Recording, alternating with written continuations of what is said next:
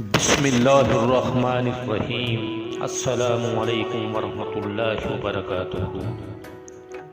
اللہم صلی علی محمد وعلی آل محمد۔ ایک صحابی رسول رات کو اپنے گھر میں آرام فرما رہے تھے اور انہیں پیاس لگی تو انہوں نے اہلیہ سے پانی مانگا۔ ان کی اہلیہ صحابیہ عورت تھی، وہ پانی لے کر آئی تو وہ صحابی دوبارہ سو چکے تھے۔ وہ عورت اتنی خدمت گزار تھی کہ پانی لے کر کھڑی ہو گئی۔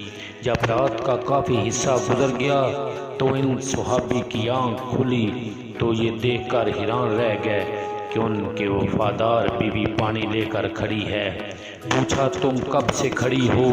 وہ صحابیہ عورت نے جواب دیا کہ جب آپ نے پانی مانگا تھا میں پانی لے کر آئی تھی تو آپ آرام فرما چکے تھے، اس لیے میں نے آپ کے آرام میں خلل ڈالنا مناسب نہ سمجھا اور سونا بھی گوارا نہ کیا، کیونکہ میں نے سوچا کہ ممکن ہے پھر آپ کی آنکھ کھلے اور آپ کو پانی کی طلب ہو اور کوئی پانی دینے والا نہ ہو، کہیں خدمت گزاری اور وفا شعاری میں کوتاہی نہ ہو جائے، اس لیے میں ساری رات پانی لے کر کھڑی رہی۔ ذرا سوچئے، آج کوئی ایک عورت ایسی باوفا اور خدمت گزار تو دکھاؤ۔ آج اگر خامد پانی مانگے تو بیوی 100 باتیں سناتی ہے، لیکن ان عورتوں کی وفا شعاری بھی دیکھو۔ جب اس عورت نے یہ کہا کہ میں ساری رات کھڑی رہی تو اس صحابی کی حیرت کی انتہا نہ رہی۔ وہ فوراً اٹھ کر بیٹھ گئے اور عجیب خوشی کی کیفیت میں اپنی بیوی سے کہنے لگے کہ تم نے خدمت کی انتہا کر دی، اب میں تم سے اتنا خوش ہوں کہ آج تم مجھ سے جو مانگو گی میں دوں گا۔ صحابیہ نے کہا مجھے کسی چیز کی ضرورت نہیں، بس آپ راضی اور خوش رہیں۔ لیکن جب صحابی نے بار بار اصرار کیا تو صحابیہ نے کہا اگر ضرور میرا مطالبہ پورا کرنا ہے تو مہربانی کر کے مجھے طلاق دے دیجئے۔ جب انہوں نے یہ الفاظ کہے تو وہ صحابی حیران رہے۔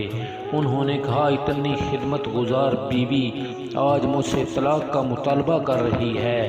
انہوں نے کہا جو کہ میں وعدہ کر چکا ہوں، اس لیے آپ کا مطالبہ تو پورا کر دوں گا، لیکن پہلے چلتے ہیں رحمت عالم صلی اللہ علیہ وآلہ وسلم کی خدمت میں۔ آپ سے مشورہ کے بعد جو فیصلہ ہوگا اسی پر عمل کروں گا۔ چنانچہ صبح صادق کا وقت ہو چکا تھا۔ یہ دونوں میاں بیوی اپنے گھر سے نکل کر رحمت عالم صلی اللہ علیہ وآلہ وسلم کے حجرے کی طرف روانہ ہو گئے۔ راستے میں ایک گڑھے میں صحابی کا پاؤں پھسل گیا اور وہ گر گئے۔ ان کی بیوی نے ہاتھ پکڑ کر صحابی کو اٹھایا اور کہا آپ کو چوٹ تو نہیں آئی؟ صحابی نے کہا اور تو کچھ نہیں، البتہ پاؤں میں تکلیف ہے۔ صحابیہ نے فرمایا چلیے واپس گھر چلیں۔